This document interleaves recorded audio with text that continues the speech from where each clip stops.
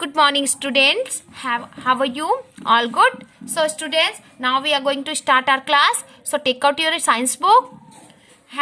Students, do you know where we were in our last class? What we have done in our some few last classes, we completed our chapter 6. Means we completed chapter 6 drill work, means reading.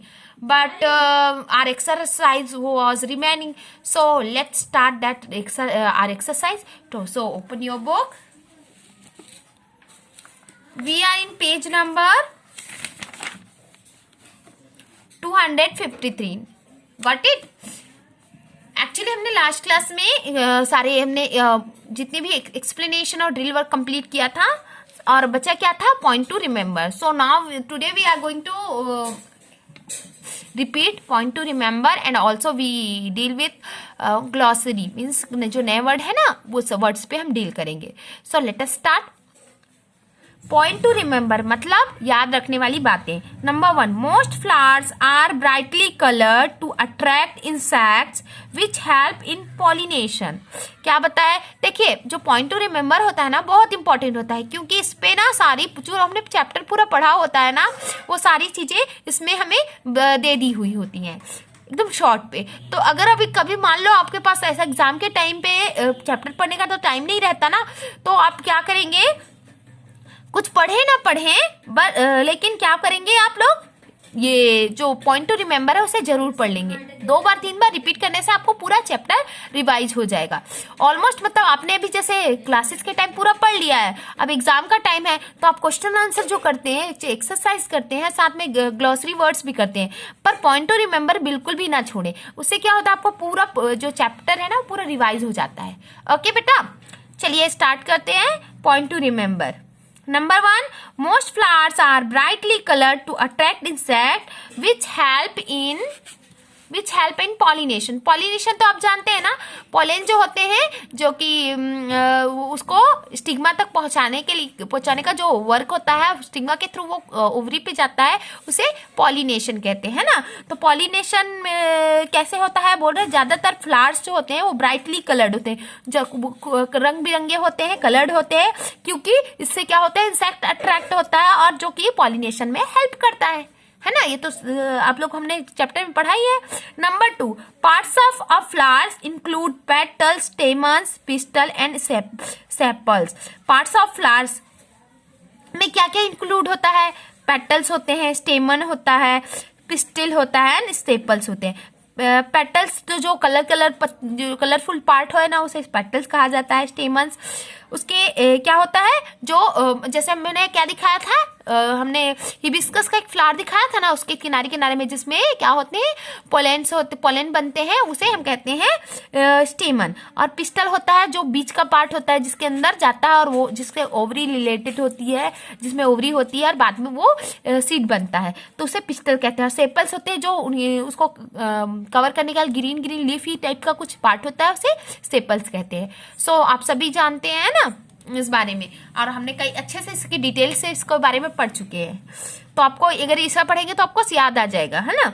चलिए आगे पढ़ते हैं. Number 3, seeds are formed when pollen from the anther fall on the pistil of the same flowers और another flowers. बीज बनते हैं जब pollen जो होता है वो क्या होता है? एंथर से किसमें गिरता है?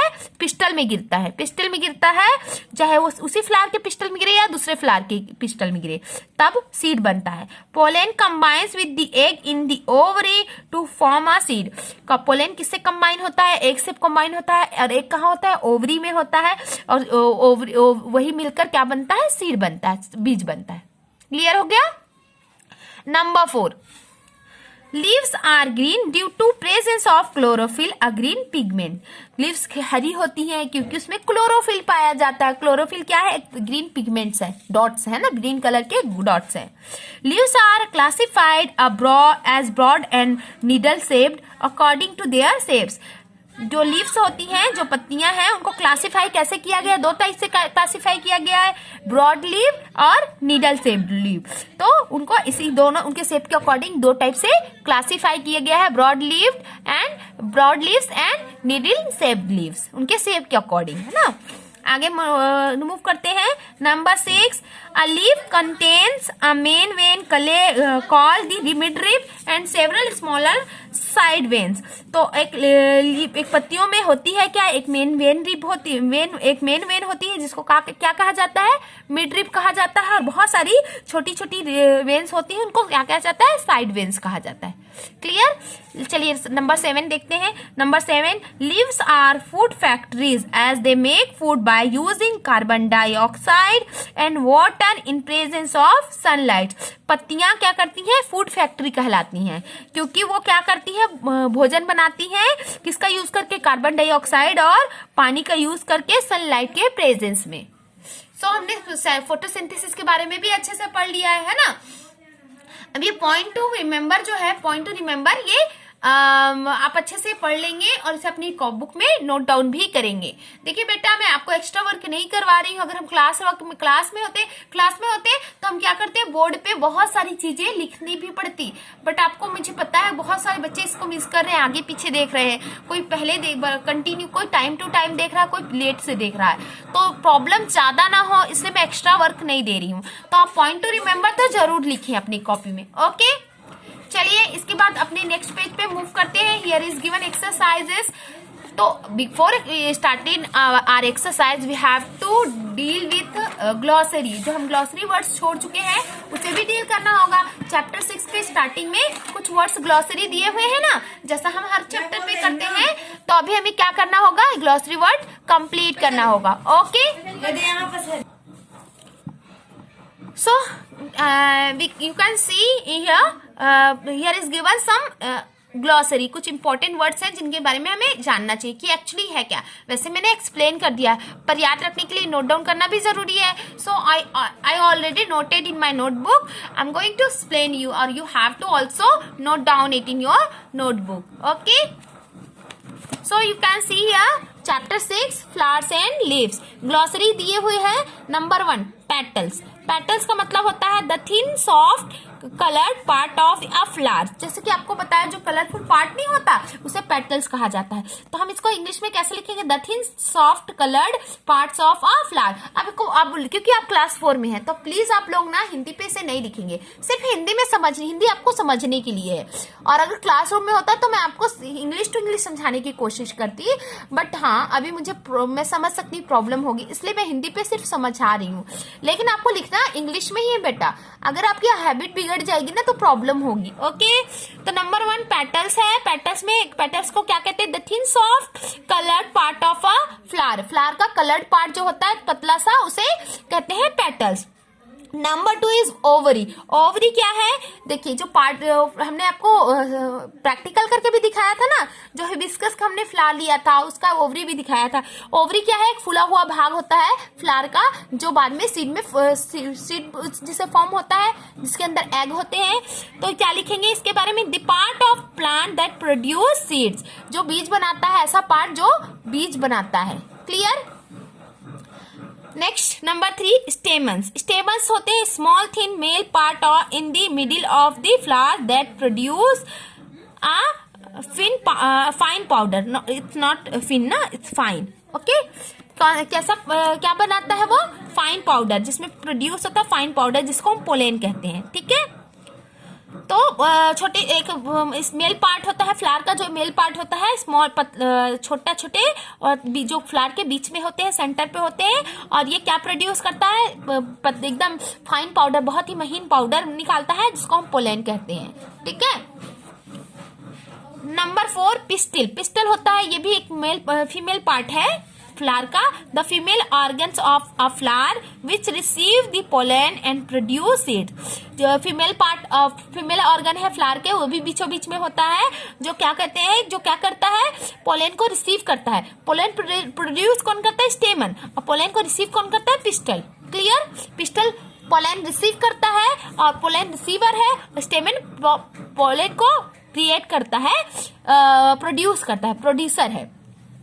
तो पिस्टल के बारे में क्या लिखेंगे? The female organ of a flower, flower का फीमेल ऑर्गन है which receive the pollen and produce seed, जो कि पोलन को रिसीव करता है और बीज बनाता है, सीड प्रोड्यूस करता है। नेक्स्ट है नंबर 5 स्टिग्मा। स्टिग्मा क्या है? स्टिग्मा आप लोग जानते हैं, जो पिस्टल का ऊपरी भाग, खुला हुआ भाग जहां से पोलन अंदर जाते हैं, उसे स्टिग्मा कहते हैं। हमने इस पिस्टल का भी कई पार्ट भी देखा है ना, स्टेमेंस के भी कई 2 पार्ट पढ़ते हैं और 3 पार्ट्स होते हैं इस पिस्टल का। पिस्टल का जो फर्स्ट भाग होता है उसे स्टिग्मा कहता है, ऊपरी भाग। The top of the carpel where pollen is received, जहां वो कार्पल खुला हुआ भाग, कार्पल मीन्स खुला हुआ भाग, ऊपरी खुला हुआ भाग जहां पर से पोलन को रिसीव किया जाता है। पोलन जानते हैं ना, फाइन पाउडर जो हमने येलो कलर का दिखाया था, वो पोलन होता है। Number 6 anther. एंथर भी देखिए ये स्टेमन का पार्ट है। स्टिग्मा किसका? पिस्टल का पार्ट है और स्टेमन का पार्ट क्या है? Anther. The part of a flower at the top of the स्टेमन that produce pollen. स्टेमन का, जो स्टेमन से हमने क्या पढ़ा था कि स्टेमन पोलन प्रोड्यूस करता है, तो वो फ्लावर का ऊपरी पार्ट, वो स्टेमन का ऊपरी पार्ट है जहां पास स्टेमन का टॉप पार्ट है जहां पास पोलन बनते हैं, प्रोड्यूस होते हैं, वहीं पास रहते हैं, उसे कहते हैं एंथर। ठीक है।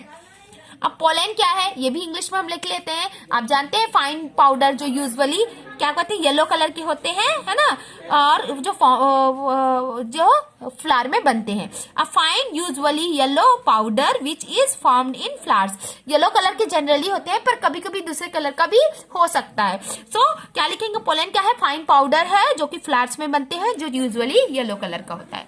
अभी और वर्ड्स है हमारे पास। Number 8 pollination. अब पोलन तो हमने पढ़ लिया, पॉलिनेशन भी आपने पढ़ा है वैसे, फिर भी मैं आपको क्लियर कर देती हूँ पॉलिनेशन एक्चुअली है क्या। पॉलिनेशन इज प्रोसेस, मेथड है ना, जिससे क्या होता है, जो पोलन होते हैं वो एंथर से निकलकर कहाँ जाते हैं? स्टिग्मा में जाते हैं, और स्टिग्मा से होते हुए कहाँ जाते हैं? स्टिग्मा से होते हुए कहाँ पहुंच जाते हैं? वो नीचे ओवरी में जाते हैं, और वहां ओवरी में जो एग प्रेजेंस होता है उससे मिलकर सीड का फॉर्मेशन करते हैं। तो अभी क्या है? पॉलिनेशन एक मेथड है, तो इसको इंग्लिश में कैसे लिखेंगे? The process in which pollen is taken from one plant और a part of the plants to another so that new plant seeds can be produce. एक ऐसा प्रोसेस जिसमें पोलन क्या होता है, उसी एक पार्ट से दूसरे पार्ट में जाता है, फ्लावर के दूसरे पार्ट में जाता है, चाहे उसी प्लांट के फ्लावर के दूसरे पार्ट में जाए या फिर दूसरे प्लांट के फ्लावर्स में जाए, तो उस प्रोसेस को क्या कहा जाता है? जिससे क्या होता है, पॉलिनेशन होने की वजह से एक नया सीड बनता है, नए प्लांट के लिए सीड बनता है, उसे कहते हैं, उस मेथड को, उस प्रोसेस को कहते हैं पॉलिनेशन। क्लियर? आई होप आप लोग को अच्छे से क्लियर हो रहा बेटा। अगर नहीं क्लियर हो रहा तो आप कॉल करके मुझसे बात कर सकते हैं। कोई भी प्रॉब्लम हो तो बेझिझक आप कॉल करें, टाइम पर कॉल करें और आप मुझसे बात करें। ठीक है। Number 9 chlorophyll. क्लोरोफिल जैसे कि आपने बताया गया अभी ना, लास्ट में अभी हमने पॉइंट टू रिमेम्बर में पढ़ा, वो क्या है? ग्रीन क्या है? ग्रीन डॉट्स होते हैं, तो इसको हम बोल सकते हैं group of green pigments used by organism that convert sunlight into energy in photosynthesis. Green chlorophyll क्या है? ग्रीन पिगमेंट्स का क्या है? ग्रीन पिगमेंट्स का ग्रुप है जो ऑर्गेनिज्म में होते हैं, प्लांट्स और ऑर्गेनिज्म में होते हैं। ऑर्गेनिज्म मतलब कोई भी ऐसा क्रिएचर्स जो प्लांट्स हो गया, छोटे छोटे काई वगैरह होते हैं, वो भी तो ग्रीनीज होते हैं ना, उनमें होते हैं। और ये क्या करते हैं? सनलाइट को एनर्जी में कन्वर्ट करते हैं फोटोसिंथेसिस की प्रोसेस के time. Number 10 is carotene. Number 10 is carotene. Carotene actually क्या है? कैरोटीन ऑरेंज और रेड्स क्रिस्टलाइन हाइड्रोकार्बन पिगमेंट्स, मतलब ये जो जस्ट लाइक हमारे क्लोरोफिल होता है ना, क्लोरोफिल क्या होता है? ग्रीन पिगमेंट्स होते हैं, तो ये ऑरेंज और रेड पिगमेंट्स होता है जो कि क्या होता है? हाइड्रोकार्बन पिगमेंट्स जिसको हम कहते हैं, और क्रिस्टल के जैसा होता है। ये भी इसकी वजह से, जिस तरह ग्रीन पिगमेंट्स की वजह, क्लोरोफिल की वजह से प्लांट्स ग्रीन दिखते हैं, और ये कैरोटीन की वजह से प्लांट्स या जो भी जिस ऑर्गेनिज्म में होते हैं, जिस तरह के जीवों में होते हैं, वो रेड या येलो या ऑरेंज कलर के दिखाई देती है इन पिगमेंट्स की वजह से। इसे कैरोटीन कहते हैं। जैसे कैरेट होता है ना, कैरेट गाजरी कलर का होता है ना, वो इस तरह के पिगमेंट्स होते हैं। इन्हीं पिगमेंट्स के होने की वजह से इनका कलर डिसाइड होता है। Number 11 that is mid rib. Mid rib मतलब आप लोगों को पत्तियों में तो दिखाया था ना मिड रिब, वैसे मैंने पहले सारे वर्ड्स अच्छे से एक्सप्लेन कर दिया, बस आपको रिवाइज करवा रही हूँ। मिड रिब एक्चुअली क्या है, वो जो पत्ती को जो मेन रिब होता है ना, मेन जो हम पत्तियां जब हम उठाकर देखते हैं, आप देख सकते हैं अपनी बुक में, फिर से मैं आपको एक बार एक्सप्लेन कर देती हूँ। ये जैसे लीफ है ना, लीफ का जो ये मेन जो लाइन है, जो लाइन उभरी हुई दिखती है, उसे मिड रिब कहा जाता है। So how can we write in English? So let's take a look. Okay, mid rib, the center vein or rib of a leaf. एक सेंटर वेन, जिसको हम चाहे सेंटर वेन भी कह सकते हैं या फिर रिब कह सकते हैं, एक पत्ती का। Clear? Number 11 side rib. Side rib obviously side rib क्या है, मतलब मेन रिब ये है तो ये साइड रिब्स हैं, वही उभरी हुई वेन्स जो लीव्स में दिखती है, लीव्स में हमें दिखाई देती है, जो कि साइड में होती हैं। इसको हम इंग्लिश में क्या लिख सकते हैं? टू फ्रेम ऑफ लीफ और साइड वेन, या मतलब जो पत्तियों का फ्रेम होता है उसे भी हम साइड रिब कह सकते हैं, या फिर साइड में जो वेन्स होती हैं उसे भी साइड रिब कह सकते हैं। Last but not list, okay, number 13। Number 13 is photosynthesis. Photosynthesis means होती है, photosynthesis is a process. Photosynthesis actually में क्या है? प्रोसेस है। सो फोटोसिंथेसिस इज अ प्रोसेस, जो मैंने आपको पहले भी एक्सप्लेन किया है। Like here you can see here photosynthesis, carbon dioxide plus water, ये कंबाइन होकर क्या बनाते हैं? Sunlight, in presence of sunlight and chlorophyll क्या बनता है? स्टार्च बनता है, देन ऑक्सीजन और वाटर वेपर बनता है। तो इसी प्रोसेस को क्या कहा जाता है? Photosynthesis. So you can see here photosynthesis, the process by which plants and some microorganism make substance like carbohydrate. तो ऐसा प्रोसेस जिसमें प्लांट्स क्या करते हैं, प्लांट्स जैसे माइक्रो ऑर्गेनिज्म क्या करते हैं? सब्सटेंस बनाते हैं, जैसे कार्बोहाइड्रेट, लाइक कार्बोहाइड्रेट ये सब्सटेंस प्रोड्यूस करते हैं। ऐसे प्रोसेस को कहा जाता है photosynthesis. So students, I hope is it clear for you? ये सारी चीजें आपको अच्छे से क्लियर हो चुकी हैं। And this I think this is sufficient for today.